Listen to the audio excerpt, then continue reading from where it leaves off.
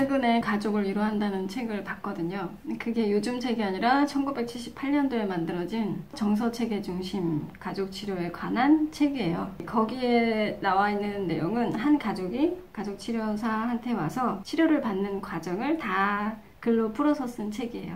어떤 일로 오게 됐냐면 그 집에 첫째 딸이 있는데 그 첫째 딸이 가출을 하고 그리고 집에 들어오지 않고 성적으로 문란한 생활을 하고 있는 거예요. 그 문제를 가족치료사가 어떻게 해결하는지 내용이 나오거든요. 첫째 딸의 가출과 성적인 문란은 증상이라고 볼 수 있는데 그 아이의 잘못으로만 보지 않고 가족치료사는 어떻게 해석을 하냐면 그 가족 전체의 정서체계의 문제에 의해서 그 아이한테 문제가 발생하게 된다. 그렇게 해석을 해요. 그래서 원초적으로는 부부간의 갈등이 아이의 상황을 만들게 되었다. 그렇게 해석을 하고 있거든요. 처음에는 그게 좀 이해가 되지는 않았어요. 애가 가출을 하고 애가 행동이 잘못되어 있는데 그게 왜 애 잘못이 아니지? 라고 했는데 부부간의 갈등에서 부인이 남편한테 요구하는 것과 남편이 부인한테 요구하는 것, 서로 문제라고 생각하는 것에 대해서 그 문제를 상대한테 돌리지 않고 아이의 문제에 초점을 맞췄던 거예요. 뭐라고 말하냐면 그 큰딸만 아니면 행복한 결혼 생활을 할 수 있을 거라고 아빠랑 엄마가 얘기를 해요. 근데 알고 봤더니 아빠는 엄마한테 불만이 있었고 엄마도 아빠한테 불만이 있었어요. 그 불만을 서로 표현하지 못하고 문제가 없는 척을 하고 있었단 말이에요. 거기에서 나타나는 갈등과 불편함을 큰애한테 초점을 맞추고 큰애로 인해서 그 문제를 같이 풀어가는 동반자가 된 거죠.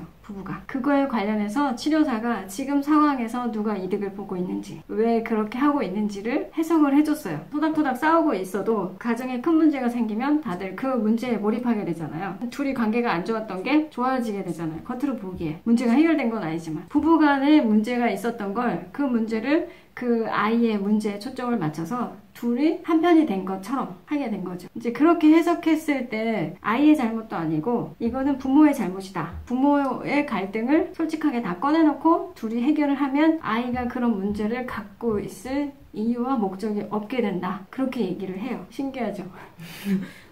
그게 아빠랑 엄마랑 문제가 있을 때 아이한테 초점을 맞추면 아이는 어떤 말을 하냐면 내가 집에 오면 숨을 쉴 수가 없어. 엄마는 나한테 다 참견하잖아. 아빠는 나한테 이렇게 해라 저렇게 말만 하잖아. 부부 갈등이 해결이 되면서 아이한테 그렇게 하는 말들을 안 하게 되는 거예요. 아이의 그 증상들이 점점 줄어들으니까 부부가 아이에 대해서 너는 뭐가 잘못됐어 할 말이 별로 없어지잖아요. 그러면서 아이의 문제가 나아지고 부부 갈등이 점점 더 나아지고. 하지만 원초적인 문제를 갖고 있었던 부부간에 그거가 한 50% 해결되니까 큰아이가 낳고 나머지 50% 때문에 둘째 아이가 다시 문제가 생기게 돼요. 그 둘째 아이의 문제를 풀을 때 다시 부부 갈등으로 들어가서 원초적인 문제를 해결하니까 그 둘째의 문제도 없어졌어요. 증상이 나오는 사람만 가서 병원 가서 치료를 받으면 된다고 생각하지만 1970년대쯤에서 정신분열에 걸린 사람들을 병원에 놓고 약물 치료를 하고 계속 그 상담받고 치료를 했을 때는 나았다가 집에만 갔다 오면 다시 정신분열에 걸리는 거예요. 그 이유가 뭘까 알아봤더니 가족 내에서의 정서 패턴에 문제가 있어서 그 아이가 계속 증상을 일으켰던 거예요. 우리 엄마랑 아빠들이 애한테 문제가 있을 때 애한테 문제만 없으면 내가 살 것 같다 라고 하지만 사실상 그 문제는 부모의 문제였다라는 게 결과인 거예요. 부모가 어떤 식으로 하면 그 아이의 증상을 줄일 수 있을까 봤더니 각자 부모가 문제가 일어났을 때 괜찮은 척, 없는 척, 있는 척 그게 아니라 자기한테 문제가 있을 거라는 생각하에 자기가 책임을 지는 거예요. 나의 잘못된 부분을 찾고 고치고 돌아보고 그걸 반복적으로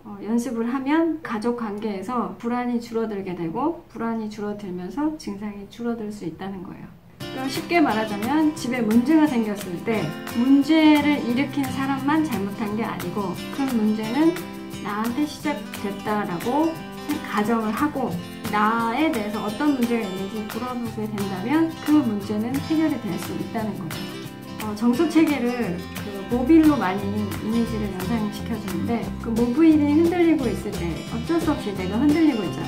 너 때문에 내가 흔들려 라기보다 나의 흔들림이 상대방도 흔들리게 할 수 있다는 거기 때문에 각자 다 자기를 돌아보게 된다면 그 증상에 대해서 자유로워질 수 있고 해방될 수 있다.